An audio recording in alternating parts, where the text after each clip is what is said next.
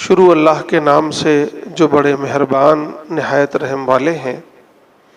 والتین والزیتون، قسم ہے تین کی یعنی انجیر کی، والزیتون اور زیتون کی، وطور سینین اور طور سینا کی، وہذا البلد الامین اور اس امن والے شہر کی یعنی مکے کی۔ لقد یقیناً خلقنا الانسان فی احسن تقویم، ہم نے انسانوں کو پیدا کیا ہے سب سے بہترین سانچے میں، سب سے بہترین ساخت پر۔ ثم رددناہ، پھر ہم اسے پلٹا دیتے ہیں، اسفل سافلین، سب نیچے رہنے والوں سے بھی نیچے درجے میں، یعنی سب سے نیچے درجے میں۔ الا الذین آمنوا، سوائے ان لوگوں کے جو ایمان لے آئے، وعملوا الصالحات اور نیک عمل کیے، فلہم اجر غیر ممنون، پھر ان کے لیے ایسا اجر ہے جو ہمیشہ ہمیش کے لیے ہے، کبھی ختم ہونے والا نہیں ہے۔ فما یکذبک بعد بالدین، کہ پھر اے انسان تجھے کیا چیز آمادہ کرتی ہے اس بات پر کہ تو جزا و سزا کا انکار کرتا ہے۔ الیس اللہ باحکم الحاکمین، کیا اللہ تعالیٰ سب حاکموں میں سب سے زیادہ بڑے حاکم نہیں ہے؟ پہلی 3 آیتوں میں اللہ تعالیٰ نے 4 چیزوں کی قسمیں کھائی ہیں۔ پہلی چیز ہے انجیر۔ خود انجیر جو پھل ہے وہ بڑی اہمیت کا حامل ہوتا ہے۔ بہت سے مفسرین نے اس کے لفظی ہی معنی لیے ہیں اور یہ کہا ہے کہ اسی انجیر کی قسم کھائی گئی ہے۔ اور اسی طرح زیتون، وہ بھی بہت فوائد اپنے اندر رکھتا ہے، وہ بھی بڑا اہم پھل ہے، اس لیے اس کی قسم کھائی گئی ہے۔ لیکن بہت سے مفسرین کی رائے یہ ہے چونکہ آگے 2 جگہوں کی قسم کھائی گئی ہے، تو ان کی رائے یہ ہے کہ اصل میں یہاں انجیر اور زیتون کا نام تو لیا گیا ہے، اس کے معنی یہی ہے کہ انجیر اور زیتون، لیکن اس سے مراد وہ علاقے ہیں جہاں انجیر اور زیتون بہت زیادہ ہوتے تھے، اور وہ ہے شام کا علاقہ، فلسطین کا علاقہ، جو انبیاء اکرام علیہم السلام کی سرزمین ہے۔ تو گویا اب اس کا ترجمہ یوں ہوا کہ قسم ہے اس سرزمین کی جہاں انجیر ہوتی ہے، قسم ہے اس سرزمین کی جہاں زیتون ہوتا ہے، یعنی وہ سرزمین جو انبیاء کی سرزمین ہے، سرزمین شام اور فلسطین۔ وطور سینین، اور یہ تو بہت مشہور پہاڑ ہے، طور پہاڑ جہاں حضرت موسیٰ علیہ السلام کو نبوت عطا ہوئی تھی، تورات عطا ہوئی تھی، تو اس پہاڑ کی قسم کھائی گئی ہے۔ اور پھر وہذا البلد الامین، اور اس شہر مکہ کی قسم کھائی گئی ہے جو امین ہے، یعنی امن والا شہر ہے۔ یہی وہ شہر ہے جس کو حضرت ابراہیم اور حضرت اسماعیل نے بسایا، اور پھر اس کے لیے یہ دعا کی کہ اللہ اس شہر کو امن والا شہر بنا دے، اور اللہ کا شکر ہے کہ پھر تب سے لے کر آج تک یہ شہر امن والا ہی شہر ہے۔ تو گویا 4 چیزوں کی قسم کھائی گئی ہے، اور ان 4 چیزوں سے مراد 3 اہم ترین علاقے ہیں جو انبیاء اکرام علیہم السلام کی سرزمین ہے۔ ایک تو خود رسول اللہ صلی اللہ علیہ وسلم کا شہر، جسے آباد حضرت ابراہیم نے کیا تھا، حضرت اسماعیل نے کیا تھا، لیکن آج رسول اللہ صلی اللہ علیہ وسلم وہیں کھڑے ہوئے ہیں اور وہیں ہیں آپ، اور اسی شہر میں اس قرآن کا نزول ہو رہا ہے، تو اس شہر کی قسم کھائی گئی۔ پھر طور سینین کی قسم کھائی گئی کہ وہ جہاں حضرت موسیٰ علیہ السلام کو نبوت ملی، تورات ملی، اللہ کے احکامات ملے۔ اور تیسرا وہ علاقہ جو شام و فلسطین کہلاتا ہے، جہاں حضرت ابراہیم سے لے کر حضرت عیسیٰ تک سینکڑوں انبیاء اکرام علیہم السلام آئے، وہاں انہوں نے اللہ کا دین کا کام کیا اور وہی مدفون ہوئے۔ تو یہ چار، بلکہ اور مختصر کریے تو یہ 3 علاقوں کی قسم کھا کر اللہ تعالیٰ یہ کہہ رہے ہیں کہ لَقَدْ خَلَقْنَا الْإِنسَانَ فِي أَحْسَنِ تَقْوِيمٍ، کہ ہم نے یقیناً انسانوں کو سب سے بہترین سانچے میں، سب سے بہترین ساخت پر پیدا کیا ہے۔ آپ غور کریں، انسان جسمانی اعتبار سے بھی اور اپنی روحانی اعتبار سے بھی اور اپنی صلاحیتوں کے اعتبار سے بھی اس پوری کائنات میں سب سے بہترین ہے۔ اس سے زیادہ خوبصورت، اس سے زیادہ حسین، اس سے زیادہ صحیح، اس سے زیادہ کمپلیٹ کوئی اور کائنات میں کوئی چیز نہیں ہے۔ اب ایک چیز، یہ گویا پورا ہمارا جسم جو ہے یہ پورا ایک عالم ہے، پورا یونیورس ہے۔ خود ہمارا سر لیجئے تو کیسا کیسا فنکشن ہے اس میں، ہمارا مائنڈ لیجئے، ہماری آنکھوں کا سسٹم لیجئے، ہمارے ہارٹ کا سسٹم لیجئے، ہمارے ہاتھوں پیروں کا سسٹم لیجئے، آپ دیکھیں گے کہ جسمانی اعتبار سے بھی اس طرح کمپلیٹ اور خوبصورت اب بہترین سانچہ کسی اور کا نہیں۔ اور پھر روحانی اعتبار سے دیکھیں کہ اللہ نے اسے صرف جسم و جان سے نہیں نوازا، بلکہ اپنی روح ڈالی ہے اس کے اندر۔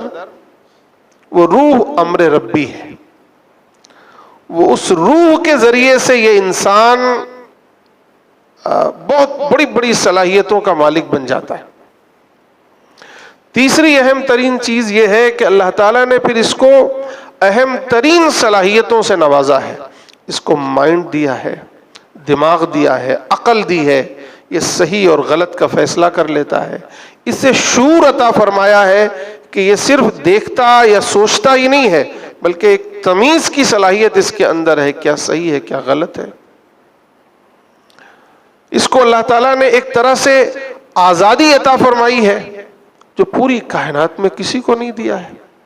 یعنی سورج چاہ کر بھی ایسا نہیں کر سکتا کہ آج مجھے نہیں نکلنا ہے، آج مجھے روشنی نہیں دینا ہے، لیکن انسان چاہے تو آج جمعہ پڑھنے آئے اور چاہے تو نہ آئے، اللہ نے یہ اختیار دیا ہے۔ تو اللہ تعالیٰ نے یہ جو آزادی، یہ جو فریڈم دیا، یہ جو شعور عطا فرمایا، یہ جو عقل عطا فرمائی، یہ ایک بالکل انوکھی چیز ہے جو انسان کو دی گئی ہے۔ اب ان صلاحیتوں کو یہ انسان اگر صحیح طور پر استعمال کرتا ہے، اس کو اور پروان چڑھاتا ہے، اس کی خوبیوں سے فائدہ اٹھاتا ہے، تو یہی انسان اور اس کا درجہ بلند ہوتا چلا جاتا ہے۔ اس کی مثال انبیاء اکرام علیہم السلام ہے، اور یہی وجہ ہے کہ ان جگہوں کی قسم کھائی گئی جہاں انبیاء تشریف لائے، کہ آپ انہی انسانوں کا ایک اعلیٰ معیار وہ دیکھیے جو انبیاء ہیں، یا انبیاء کے جو ماننے والے ہیں، انہوں نے اپنی اس خوبصورتی کو، اس بہترین صلاحیتوں کو صحیح استعمال کیا تو وہ اللہ کے برگزیدہ بن گئے، وہ جنت کے اعلیٰ مقام پر فائز ہوں گے، وہ اس دنیا میں بھی سب سے اعلیٰ ترین انسان کہلائے۔ اور لیکن دوسری طرف یہ بھی ہے کہ جب انسان اپنی ان صلاحیتوں کا استعمال نہیں کرتا یا غلط کرتا ہے، اپنی اس عقل کا غلط استعمال کرتا ہے، اپنی اس فریڈم اور اس آزادی کا غلط استعمال کرتا ہے، تو پھر وہ دھیرے دھیرے دھیرے دھیرے اپنی وہ خوبصورتی کھونا شروع کر دیتا ہے، وہ بربادی کی طرف گامزن ہوتا ہے، اور ہوتے ہوتے ہوتے ہوتے ہوتے انسان پھر اتنا گر جاتا ہے کہ وہ جانوروں سے بھی بدتر ہو جاتا ہے۔ قرآن مجید میں دوسری جگہ کہا گیا ہے بل ہم اضل، یہ جانور بن جاتے ہیں، یہاں تک کہ ان سے بھی گئے گزرے۔ آپ دیکھیں گے اس کی ایک مثال کہ کسی انسان کو، کسی جانور کو آپ نے دیکھا ہے، وہ زیادہ سے زیادہ کسی کی جان لے گا تو اسے بھوک لگی ہوگی، اپنی خوراک، یا زیادہ سے زیادہ کسی کی جان لے لے گا، اس کی جو فطرت میں ہے بس۔ لیکن انسان کیا کرتا ہے؟ انسان بلا کسی ضرورت کے بستیاں تباہ کر دیتا ہے، علاقے کے علاقے تباہ کر دیتا ہے، ملک کے ملک تخت و تاراج کر دیتا ہے، عورتوں کی عزت لینے لوٹتا ہے۔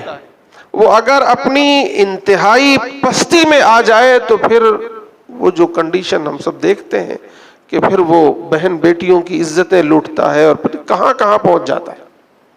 یعنی انسان کو اللہ نے بنایا تو بہترین ہے، ساری کائنات میں سب سے خوبصورت ہے، لیکن جب وہ اگر اس کو پر باقی رہے اور اس کا صحیح استعمال کرے تو ظاہر ہے کہ اسے تو وہ مقام ہوتا ہے، ملتا ہے اس دنیا میں بھی اور آخرت میں بھی، کہ وہ انبیاء کا ساتھ ملے، یا وہ نبی خود بن جائے، یا وہ نبیوں کا ساتھ اسے نصیب ہو، وہ اس معیار پر چلا جاتا ہے۔ لیکن اگر وہ اپنے آپ کو پست کرتا جائے، اپنی صلاحیتوں کا غلط استعمال کرتا جائے، تو پھر اسی کو اللہ تعالیٰ نے یہاں کہا کہ ثم رددناہ اسفل سافلین، کہ پھر وہ اخلاقی اعتبار سے بھی اور اپنی روحانی اعتبار سے بھی، ہر اعتبار سے وہ سب سے نیچے آ جاتا ہے۔ اور دوسرا یہ کہ اللہ تعالیٰ نے اتنا خوبصورت، اتنا ہٹا کٹا، اتنا سب کچھ بنایا، اور دوسری تفسیر یہ بھی کی گئی ہے کہ بڑھاپے میں آ کر وہ پھر نہتا ہو جاتا ہے، اب اس کی عقل کام نہیں کرتی، اب اس کی آنکھیں کام نہیں کرتی، اب اس کا ہاتھ پیر کام نہیں کرتا، اب وہ بیکار۔ اور پھر یہی آخرت میں اگر وہ نیک اعمال کے ساتھ ہے تو احسن تقویم ہے، انبیاء کا ساتھ ملے گا۔ لیکن اگر اس نے اپنے آپ کو گرا لیا ہے اس دھرتی پر، اس زمین میں آنے کے بعد اپنے آپ کو پست کر لیا ہے اخلاقی، روحانی، ہر اعتبار سے، اپنے اعمال کے اعتبار سے، تو پھر اسے وہ مقام عطا ہوگا جو جہنم میں سب سے نیچے کا مقام ملتا ہے، سب سے نیچے کا مقام ملے گا۔ یہ ہے گویا یعنی ایک انسان کے دو ٹھکانے، ایک انسان کا دو مقام ہے۔ انسان اگر وہ اللہ کی صلاحیتوں کا صحیح استعمال کرے، اللہ کی نعمتوں کا استعمال کرے، تو اسے جنت کا اعلیٰ مقام ملتا ہے، اس دنیا میں بھی اسے اعلیٰ مقام ملتا ہے۔ لیکن اگر اس کا صحیح استعمال نہ کرے تو پھر وہ پستی کی انتہائی درجے پر جا گرتا ہے، جس کا نتیجہ یہ ہوتا ہے کہ وہ اس کی ساری چیزیں بھی ختم ہوتی ہیں اور پھر وہ جہنم میں بھی سب سے نیچے درجے میں جاتا ہے۔ آگے فرمایا الا الذین آمنوا، اس پستی سے وہی بچ سکتے ہیں، وہی احسن تقویم پر قائم رہ سکتے ہیں جو ایمان لے آئیں، نیک عمل کریں۔ یعنی بڑھاپا بھی ایسے لوگوں کے لیے آتا ہے، کمزور بھی ہوتے ہیں، تو ان کو تو جنت نظر آ رہی ہوتی ہے، ان کا تو شوق دیدار بڑھتا جاتا ہے، ان کے اندر تو اور جذبہ بڑھتا جاتا ہے کہ اب میں کب اس دنیا سے کوچ کروں اور جنت کے اعلیٰ مقام پر جاؤں، اور ان کے اعمال ان کے لیے گویا ذخیرہ بن جاتے ہیں۔ تو فرمایا ایسے لوگوں کے لیے فَلَهُمْ أَجْرٌ غَيْرُ مَمْنُونَ، ایسا اجر ہے جو دائمی ہے، جو ہمیشہ ہمیش کے لیے ہے، کبھی ختم ہونے والی، جنت کی نعمتیں کبھی نہیں ختم ہونے والی ہیں۔ پھر ان باتوں کے بیان کرنے کے بعد اللہ تعالیٰ نے اب اسی انسان کو جس کو اتنا احسن، اتنا اچھا بنایا، اسے مخاطب کر کے کہہ رہے ہیں اللہ تعالیٰ، اے انسان تجھے کیا چیز اس جزا و سزا پر، یعنی تم خود دیکھ رہے ہو کہ تم پیدا ہوئے تو کیسے تھے، پھر تم پروان چڑھے، طاقتور ہوئے، مضبوط ہوئے، سب کچھ دیکھا تم نے، پھر ڈھل گئے، پھر موت کے گھاٹ اتر جاتے ہو، یہ تم روزانہ دیکھتے ہو، تو تمہیں کیا یہ سمجھ نہیں آتا ہے کہ اللہ تعالیٰ پھر دوبارہ تمہیں اٹھائیں گے؟ اس نے تمہیں پیدا کیا، تمہیں پھر ایک دم ارذل العمر کی طرف لے آیا، تو پھر اب دوبارہ تمہیں اٹھائے اور تمہارے اعمال کا تمہیں بدلہ دے، تمہیں اتنی سمجھ نہیں آتی کیا چیز ہے جو تجھے اس بات پر آمادہ کرتی ہے کہ تو جزا و سزا کا، بدلے کا انکار کر دے؟ الیس اللہ باحکم الحاکمین، کیا اللہ تمام حاکموں میں سب سے بڑا حاکم نہیں ہے؟ یعنی تم دیکھتے ہو، اپنے یہاں حاکموں کو دیکھتے ہو، تمہارے شعور میں یہ بات ہے، تم یہ پسند کرتے ہو کہ اگر کوئی ظلم کرتا ہے تو حاکم کیا کرے؟ اس کو سزا دے۔ کوئی اچھا کام کرتا ہے تو تم خود چاہتے ہو کہ اس کی اچھائی کا بدلہ ملنا چاہیے، اس کو انعام ملنا چاہیے۔ یہ تو روزمرہ کی زندگی میں تم برتتے ہو، کہتے ہو، سوچتے ہو، کرتے ہو۔ اب یہی چیز کہہ رہے ہیں اللہ تعالیٰ ہم کریں گے مرنے کے بعد، تو پھر تمہیں سمجھ میں کیوں نہیں آتی بات؟ کیا اللہ تمام حاکموں سے بڑا حاکم نہیں؟ کیا اللہ کے ہاں اب ناانصافی ہوگی؟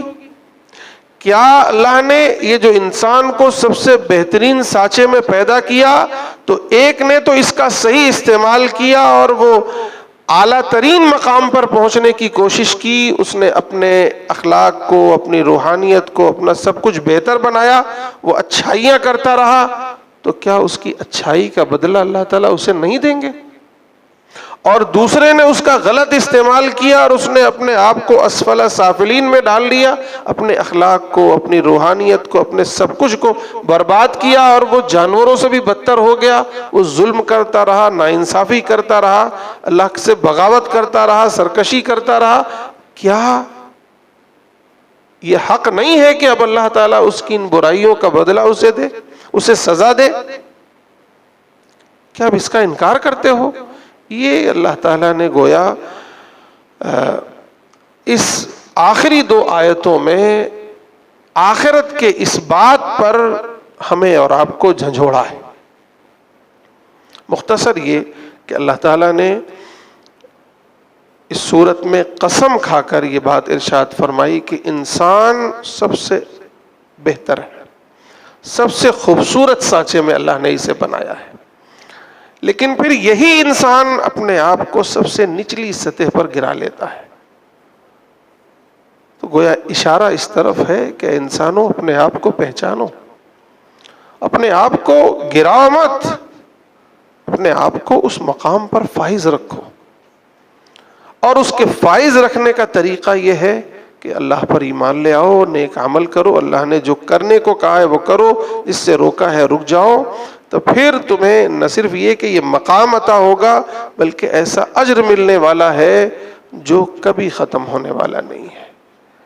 اور پھر یہ یقین رکھو کہ یہ بدلہ اسی دن ملے گا جب اللہ تعالیٰ تمام حاکموں کے سامنے سب سے بڑے حاکم بن کر ہماری آنکھوں کے سامنے نظر آ رہے ہوں گے۔